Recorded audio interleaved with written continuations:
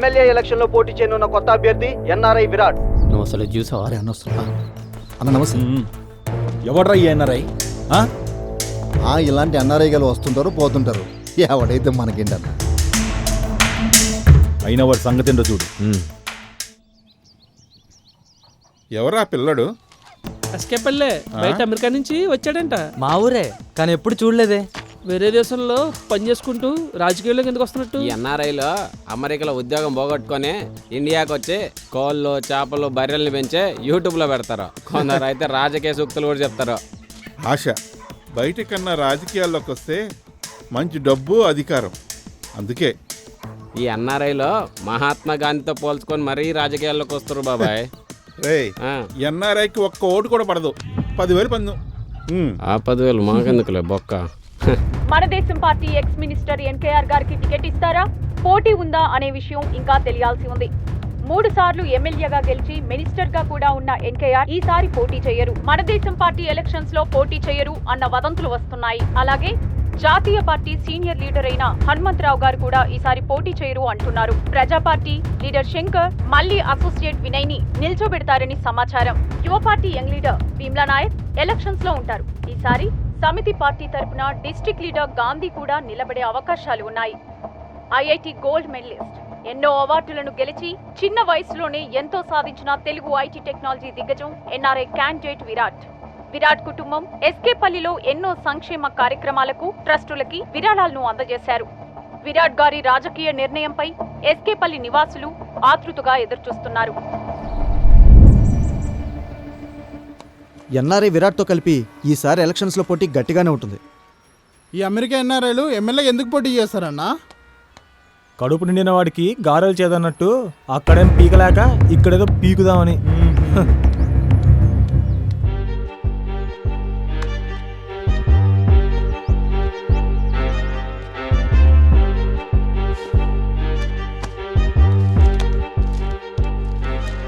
ఓరోరి NRI మమ్మల్ని వదిలేసేయి, మా మీద జాలే వేస్తే చారుడి పేరుట చందాలేయి. మా బతుకులు తెలియదు నీకు, తూ కుచ్ బి జాంతా నై. నువ్వు వచ్చిన పని అయిపోయిందంటే దేశాన్ని వదిలి దింగేసేయ్. ఫారెన్ బ్రాండ్ బోరే కొడితే లోకల్ సరుకు తాగేద్దాం. తెల్ల తోలుతో విసిగే వస్తే దేశీ పాపతో చిందేద్దాం. పిజ్జా బర్గర్ కేదు కొడితే నాటుకోడినే లాగేద్దాం.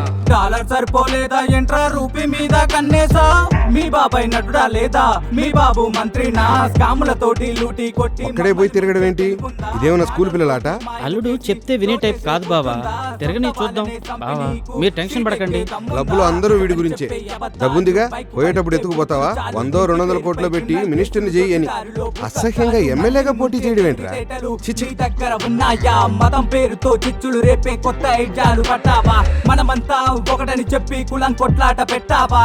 ఇంతకి నీ కులమేంటిరా ఎన్ఆర్ఐ అన్నయ్య? హాలిడే ట్రిప్ అయిపోతే నేను చెప్పేది విను. ఎన్ఆర్ఐ రావడం వల్లే పిఆర్ మన పనులు చేస్తున్నాడు. అందుకే ఎన్ఆర్ఐని హీరోని చేద్దాం.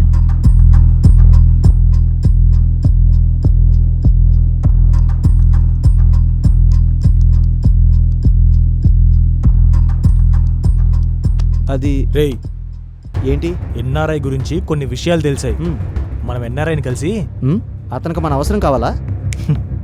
ప్రతి మతానికి, కులానికి, ప్రాంతానికి, నాయకుడికి ఒక సొంత పేపర్, ఒక టీవీ ఛానల్ ఉండాలి. లేకపోతే కష్టం. మనం ఎన్ఆర్ఐ విరాట్ని బాగా ప్రమోట్ చేద్దాం. ఆ ఎన్ఆర్ఐ వేస్ట్ బంకోడు డబ్బులు తీయడను. కలిసి వచ్చే అదృష్టం ఉంటే నడిచొచ్చే కొడుకు పుడతాడంట. ఎన్ఆర్ఐని అడాప్ట్ చేసుకుంటావా ఏంటి? ఏదో విధంగా డబ్బులు సంపాదించాలి. లేదా మనం దీన్ని వదిలి ఇష్టం లేని సాఫ్ట్వేర్ జాబులు చేసుకోవాలి. మీ కష్టాలు మీవి, నాకు మాత్రం సాయంత్రం లోపు డబ్బులు కావాలి. ఇస్తానంటే చేస్తాను. నువ్వు స్టార్ట్ చేయి, నేను డబ్బులు ఇస్తా కదా. గంటలో ఇస్తా. జై విరాట్. న్యూస్ బులెటిన్ స్టార్ట్ చేయి.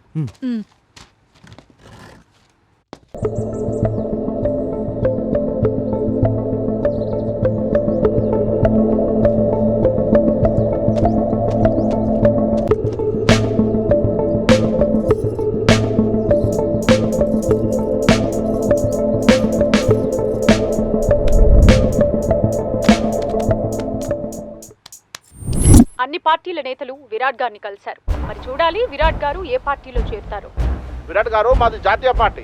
మీరు మా పార్టీలోకి వస్తే మీ సేవలు దేశానికి ఉపయోగపడతాయి. విరాట్ గారికి మా పార్టీ ఆహ్వానం ఎల్లప్పుడూ ఉంటుంది. పెద్ద పెద్ద నాయకులు అన్ని రాజకీయ పార్టీలు కలిశారంట. ఏంటి ఎన్ఆర్ఐ విరాట్ పెద్ద తోపా? తోపే 100 కోట్లు ఉన్నాయంట. డబ్బుంటే అందరూ తోపులే.